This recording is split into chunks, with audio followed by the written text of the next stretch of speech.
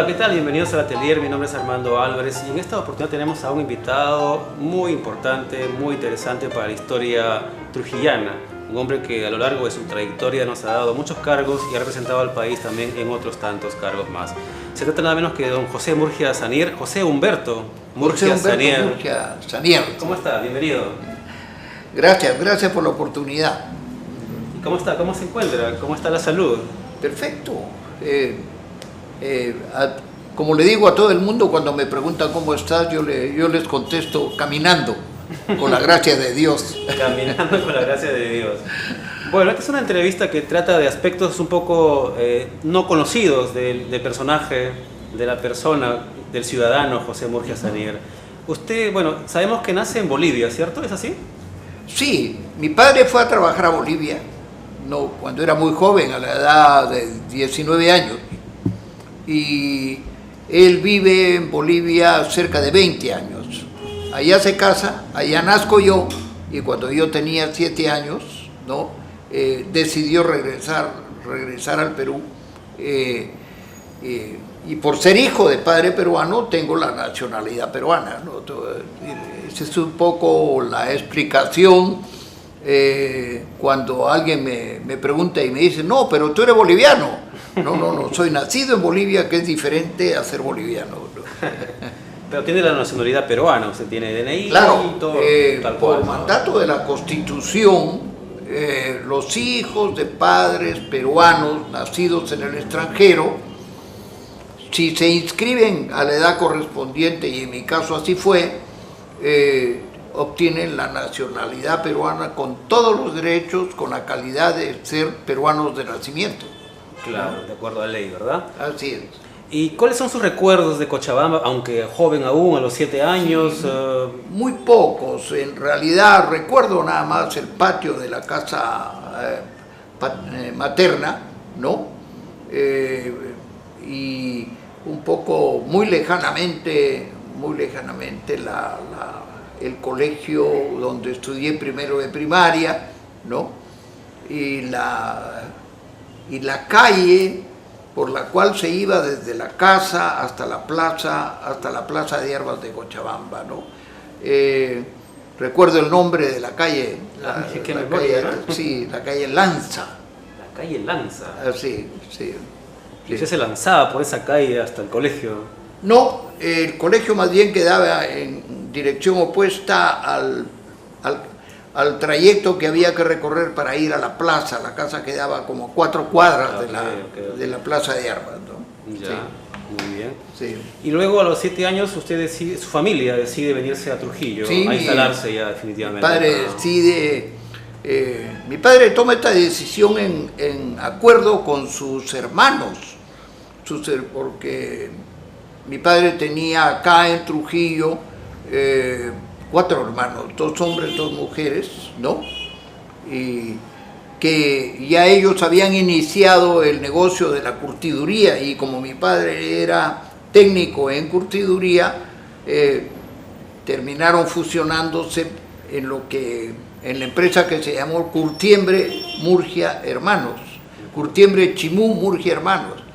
Y es por eso que con esa decisión llegué yo aquí el año 1944, ¿no? A la calle Grau 676. Que es donde estamos ahora. Mi casa y el sitio donde he vivido, mi domicilio es el mismo desde hace más de 70 años. Más de 70 años, ¿no? Es increíble cómo pasaba el tiempo. Sí. Yo a la sazón tengo 81, yo vine de 7, ya son 71 años que soy vecino de la sociedad china, que soy vecino de muchas familias de origen japonés que vivían en esta cuadra, ¿no? Los Machinaga, los Cahuano, los Nakamini. De todas esas familias solamente queda una, la familia de los Cahuano. El pediatra doctor Cahuano vive al frente de la casa, ahí también están viviendo sus hijos, y verdaderamente somos muy buenos amigos, Y ¿no? buenos vecinos, ¿verdad? Y vecinos, desde luego. Y usted luego va al colegio seminario, lo matriculan ahí, en ese centenario colegio. Así es, yo estudié la primaria en el colegio seminario desde el año 44 hasta el año 54, ¿no? Y terminé en el año 54, fui a Lima a estudiar ingeniería, no pude entrar directamente, tuve que hacer un año de pre, y luego de ese año de pre ya se desarrolló la carrera de ingeniería sanitaria, ¿no? Desde el año 55 hasta el año 60. Permítame interrumpirle esa parte. ¿Usted en el seminario recuerda algunos amigos de aquella época? ¿Cuáles son esos compañeros con los cuales más estaba vinculado? Su promoción en todo caso, ¿no? Sí, desde luego, ¿no? Verdaderamente el colegio seminario, junto con el colegio San Juan y el colegio Instituto Moderno, eran los tres únicos colegios de secundaria, de primaria y secundaria que había justamente el año 44. Ya después, ya en la década del 50, se organizó el Mariscal de Orbegoso y luego vinieron pues una serie de colegios más. Ahora, yo he sido en el colegio seminario, han estudiado amigos que han tenido que ver mucho también con la vida de Trujillo, el caso del doctor Santamaría, el caso de Víctor Urquiaga. Ambos me llevaban un año más a mí, ¿no? Un año más. Un año. Yo estudié con los hermanos Fukunaga, lamentablemente ambos fallecidos. También estudié con Luis Gamero, que también es fallecido, con Leonardo Risco. Leonardo Risco es un condiscípulo de colegio con el cual nos vemos de vez en cuando. Igualmente, yo estudié con Segundo Llanos Horna, el periodista que verdaderamente es un orgullo para, sí, un orgullo para Trujillo, ¿no? En fin, yo fui alumno de Manuel Jesús de Orbegoso. El periodista también. El periodista también. Sí, sí. Y él fue una autodidacta del inglés. Ah, y él ¿sí? nos enseñaba inglés cuando tendría seguramente él unos 20, 25 años. Sí. ¿Y qué tal era usted con el inglés? Los profesores del colegio eran entre laicos y sacerdotes, porque el colegio seminario estaba administrado por los padres claretianos, ¿no? Fue una época muy buena del colegio seminario aquí en Trujillo. Realmente, ¿no? ¿No? Y los profesores que tenía el colegio eran gente muy involucrada con la educación y distinguidos maestros. Por ejemplo, quiero recordar a Aníbal Espino, que llegó a ser rector de la Universidad Nacional de Trujillo, al ingeniero Chirinos, que también fue rector de Carlos Chirinos, que también era una plana docente de lujo, ¿no? De lujo, pues verdaderamente de lujo, ¿no? En ciencias naturales había profesores de primera categoría.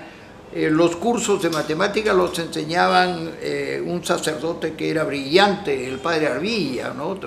Sí, ¿no? El curso de lógica. ¿Y ese padre brillante, Arbilla, fue el que le inculcó o fue una motivación para que usted sea ingeniero, por ejemplo? No necesariamente, no necesariamente, porque la educación en el colegio seminario era humanista, ¿no? Se enseñaba las ciencias, pero también se enseñaba las letras. Insistían mucho los sacerdotes en aquel entonces en que era necesario aprender a leer y a comprender lo que uno leía, lo que hoy día es lo que está tratando de impulsar fuertemente el Ministerio de Educación. Y cuánta razón tenía, ¿no? Porque si tú aprendes a leer, comprendes lo que lees, sabes utilizar los puntos, la puntuación para poder no solo darle entonación a la lectura, sino para entender lo que está en el texto, pues sencillamente tienes más posibilidades de adentrarte en lo que ha querido transmitir el que ha escrito, ¿no? Ciertamente. Y si hablamos de alguna anécdota en el colegio seminario, ¿usted era un alumno aplicado, era un alumno chancón, un poco, cómo era? Bueno, las dos cosas. Las dos cosas.